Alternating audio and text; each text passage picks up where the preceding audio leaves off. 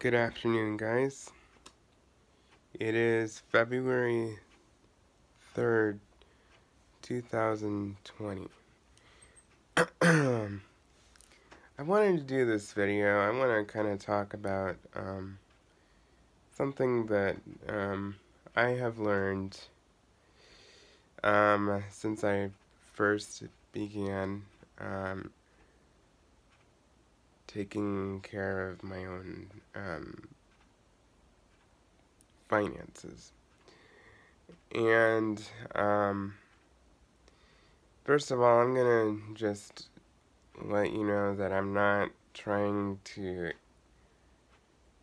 judge you or,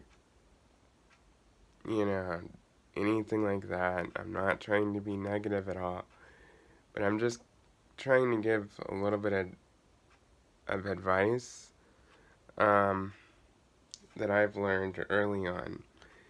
And these are some skills that no matter what age you are, you really should know them in handling your finances. And, this is really some good habits and skills to have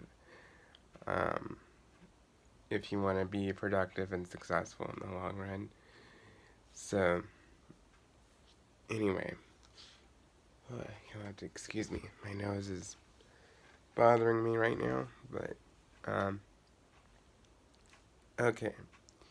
So number one is to have an emergency fund. Now, what is an emergency fund? An emergency fund is money set aside somewhere, whether it's a savings account, a checking account, a safe in your house, in an envelope, just wherever. Some kind of stash of money that you don't touch at all unless there's an emergency. And what emergencies can come up? Oh, and I will mention that preferably your emergency fund should have at least between $1,000 to $10,000, and you can always add more, but that's just what I recommend. Especially if you're running your own household and everything, having up to $5,000 is kind of a nice cushion to have to cover major expenses such as roof repair or whatever. So anyway, the emergencies could be your car breaks down and needs repairs,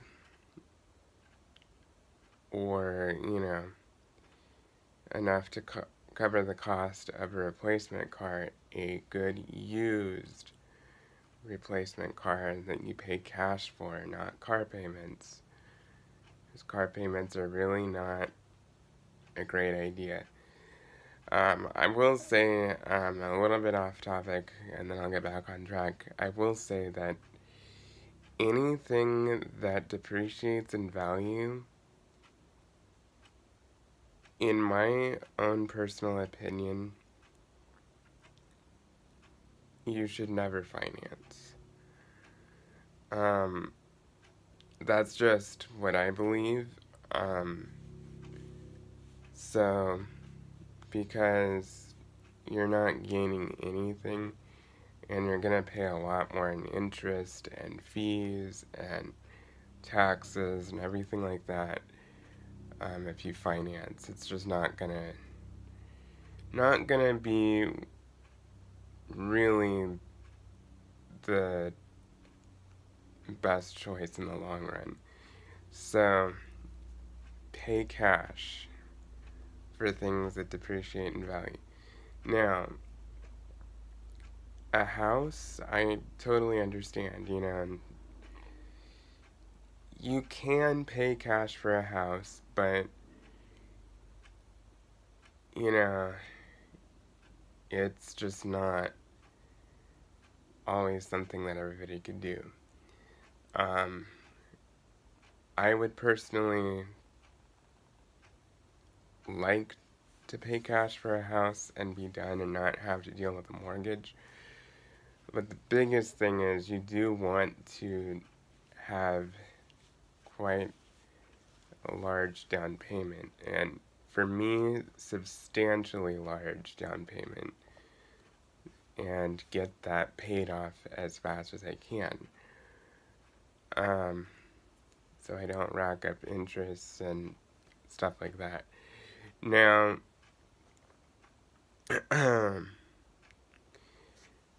anyway, back off track. Back on track with the emergency fund. Sorry, my brain is everywhere. Next thing, in terms of emergency, if your hot water heater goes out and you need to replace that, if you have heating and air conditioning go out and you need to fix or replace that. I'm sorry guys, my nose is just driving me nuts. So, anyway, you know, that's just kind of one of those things that you need to really consider. And it's not if you have an emergency, it is when. Because there's always going to be something that comes up. That's just life, you know. So, there's always going to be a car that needs repairs. There's always going to be something that goes out. There's always going to be some kind of disaster. And that emergency fund of $5,000 to $10,000 is basically insurance in a way. Basically trying to keep you out of debt. So if you like have an emergency come up unexpectedly and you don't have the money set aside right then and there, you know, and you charge it on a credit card and you go right into debt. That's a little more stressful. Actually, that's a lot more stressful than just having the cash just sitting there for you to grab, you know, right then and there, and it's always ready. And then, of course, after you've had that emergency, be sure to build it back up and save up and, you know, keep that fund fully funded and everything.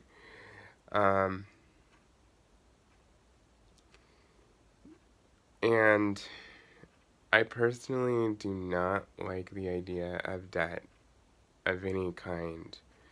I don't like the idea of payments. I don't like the idea of charging things on a credit card. I don't like the idea of, you know, financing things. I don't. So, my number one rule for me, if I cannot pay cash for it, in cash, in total, on the spot, cash on the counter, or with my debit card out of my checking account, you know, as long as I have enough in there, you know, if I can't pay for something without borrowing the money, I cannot afford it. And that is so true. If you cannot pay cash for it without borrowing money, you can't afford it.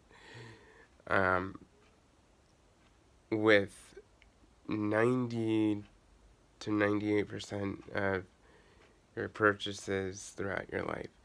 Now, I will say that some people have had to use credit cards in terms of like for emergencies, and then they just pay it off. But, you know, I'm not against that. I understand if that's just what you need to do. However, if you do need to go that route, that means you really focus on paying off that credit card right afterwards. You know, so if you had to charge $10,000 for a new heating and air conditioning system, I understand, you know, that's a major expense, and that's a major thing that, you know, when it goes out, you need it done right now. So, um, so that's just some things to really look into. Now,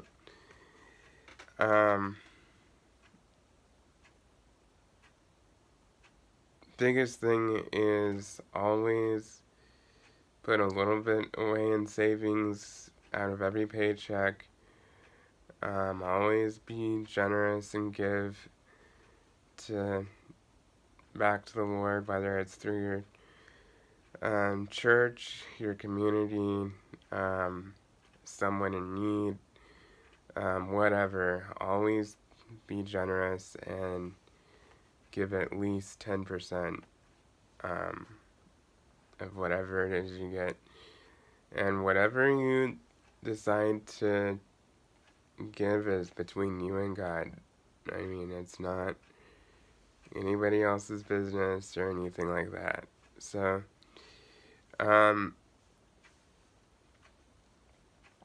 so yeah, these are just some tips that I have,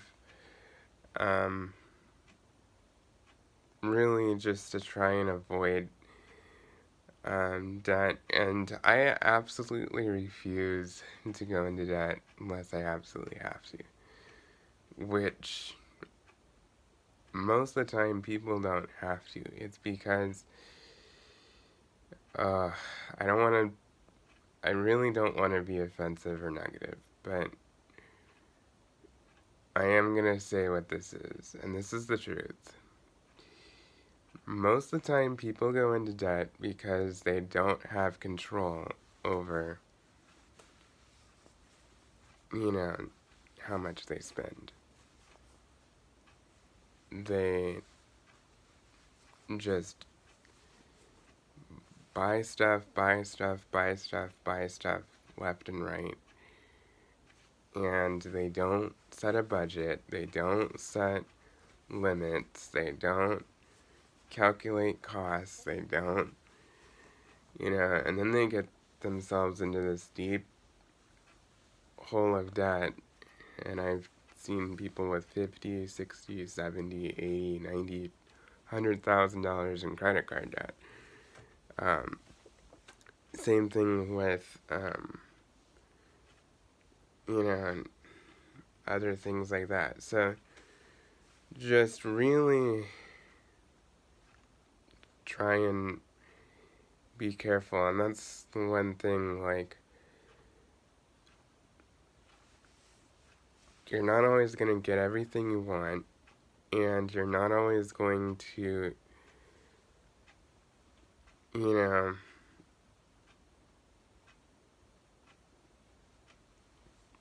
be able to get everything. But, you know, really be strategic and plan out what you need. And my thing is really, if at all possible, do not live paycheck to paycheck. That's the biggest thing, is always set money aside. And again, the emergency fund thing is another thing. I mean, 3 to 6 months of expenses could be it too, you know, because if you lost your job or whatever, you know, just really have a cushion. Now, for the month, I really just try to plan out, you know, okay, I need this and this, and I need this kind of amount of food. I gotta pay this for rent. I've got to pay, these are the things that I have to pay. And I need to take care of those first. And then I go, and if I have extra wiggle room, I'll enjoy some things. And I'm not saying that you can't,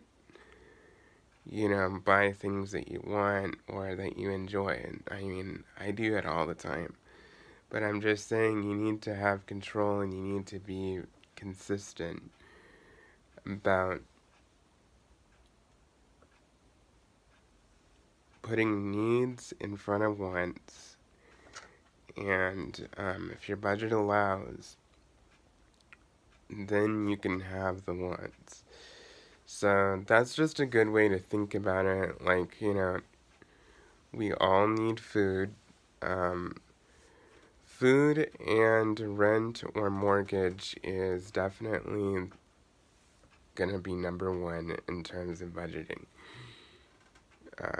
As well as utilities like water bill, electric bill, stuff like that.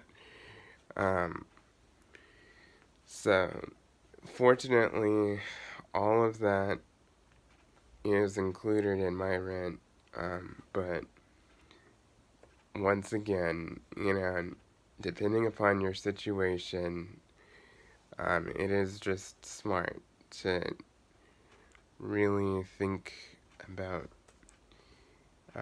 what you need over what you want, and save up cash. Like if you want just say you wanted a car and stuff. Well, anything that you have left over, you can put away into that fund and build it up and save up and save up and save up until you get there. And then after all that hard work, guess what the reward is going to be? You can get that car, whether it's $10,000 or $20,000 or whatever. So, just really try to be smart with your finances. The choice is really yours, but I'm just trying to give advice because unfortunately a lot of people in America really don't have control and have no idea how to control their finances. And it's kind of sad because I was taught this even before I even had my own income. Oh yeah, you need an emergency fund. You need to save up. You need to save. You need, and so really just being smart and also thinking about, if you're thinking about buying something on the spur of the moment, and you say, oh, I really, really want that, wait on it for a few days and think, do I really want this? Do I really need this? And, after a couple of days, if you aren't really interested in it and the answer is no, then you've saved money right there. So, now obviously if you still want it and stuff, you can always go and purchase it. There's nothing wrong with that. But I'm just saying that planning, in advance and really thinking about what you're getting into, and especially on a large purchase, like a car or a house, those things do not impulse under any circumstances. Just don't.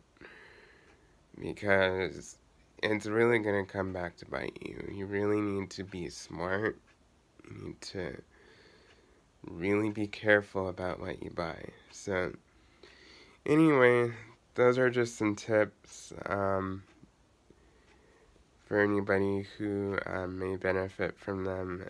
Again, I'm not trying to brag or anything like that, but I'm just sharing some of my knowledge with you and just trying to help some of you guys, just so you're aware and can be productive and successful in the long run. Because honestly, if you build up savings and build up savings and build up savings, I mean, people say, oh, it's only $1, oh, it's only this, oh, it's only that. But really, as you build up savings, that can end up being $500,000 to $1 million. You know, really think about that. You know, over time, you know, if you just put a little bit away, like $20, $100, whatever it is, just constantly building stuff up, you know, just think about it, you know, really think about it. And especially if you're young and stuff like that, just think about it, because retirement is going to come quick before you know it. I mean, it seems like it's a long ways off, but you can never start too early saving up for retirement or whatever it is. So just really think about it. What's gonna be, you know, good in the long run, and what's this gonna turn out to be, and how is this gonna be a good thing later down the road? So, yeah. So anyway, I'm just rambling, but thanks for watching. Please like, comment, and subscribe, and stay tuned for more videos.